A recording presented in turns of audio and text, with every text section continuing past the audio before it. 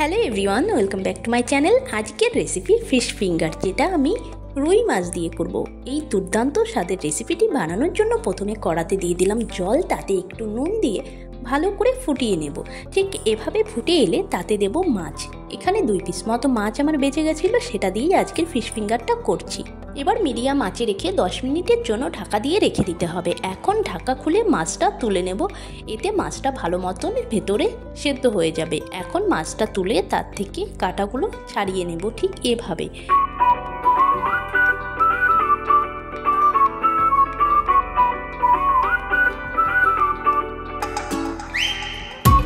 মাছ থেকে সম্পূর্ণভাবে কাটাগুলি বাছা হয়ে গেছে আমার। এখন এতে অ্যাড করব পেঁয়াজ, রসুন, আদা আর কাঁচা লঙ্কা, তার সঙ্গে 1 টুকরো লেবু। প্রথমে 1 টুকরো লেবু আমি এখানে দিয়ে দিচ্ছি। লেবুর রসটা দেওয়াটা খুব দরকার ফিশ ফিঙ্গারে। খুব অল্প পরিমাণে আদা কুচি, 2টো কাঁচা লঙ্কা কুচি, 2 কোয়া রসুন, তার সঙ্গে মিডিয়াম সাইজের এই পেঁয়াজ কুচি, এটা অ্যাড করে দেবো। আর এখানে ছোটো চামচের 1 চামচ জিরে গুঁড়ো, 1/2 চামচ ধনে গুঁড়ো, 1/2 চামচ লঙ্কা গুঁড়ো এবং অ্যাড করব চাট মশলা। এটা অপশনাল, এটা তোমরা দিলেও হবে না দিলেও হবে। যদি চাট মশলা অ্যাড করো 1/2 চামচ পরিমাণ অ্যাড করবে।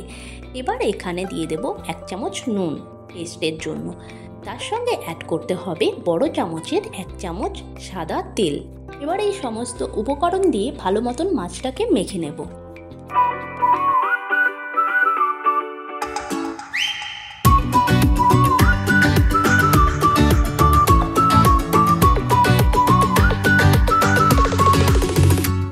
এবার এগুলো মেখে নেওয়ার পর এতে অ্যাড করব সামান্য পরিমাণে হলুদ, তার সঙ্গে অ্যাড করব খুব সামান্য পরিমাণে জোয়ান এবং 1/2 চামচ গোলমরিচ গুঁড়ো। তার সঙ্গে যাবে 1 চামচ কর্নফ্লাওয়ার। এটা দিয়ে ভালো মতন মেখে নিতে হবে। মাখা হয়ে গেলে হাতে নিয়ে ফিশ ফিঙ্গারের শেপে তোমাদের এটা তৈরি করে নিতে হবে।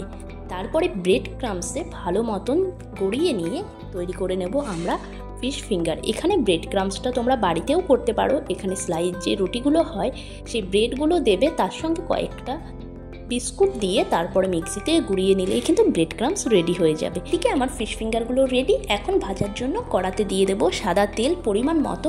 তবে সাদা তেলটা এখানে বেশিই দিতে হবে। আর তেলটা খুব হাই হিটে ভালো মতন গরম করে তারপরে কিন্তু এই ফিশ ফিঙ্গারগুলো ছাড়তে হবে। যদি তোমরা মিডিয়াম আঁচে রেখে ফিশ ফিঙ্গারগুলো প্রথমেই দাও তাহলে কিন্তু এগুলো ভেঙে যাওয়ার সম্ভাবনা থাকবে। সেই জন্য প্রথমে ফুল হাই হিটে দিয়ে তারপরে মিডিয়াম আঁচে রেখে তারপরে কিন্তু ফিশ ফিঙ্গারগুলো ভেজে নেবে। এদিকে দেখতে পাচ্ছ ফিশ ফিঙ্গারগুলো আমার ভাজা হয়ে গেছে। এখন তুলে নিয়ে গরম গরম চায়ের সঙ্গে সার্ভ করে নাও দুর্দান্ত স্বাদের এই ফিশ ফিঙ্গার।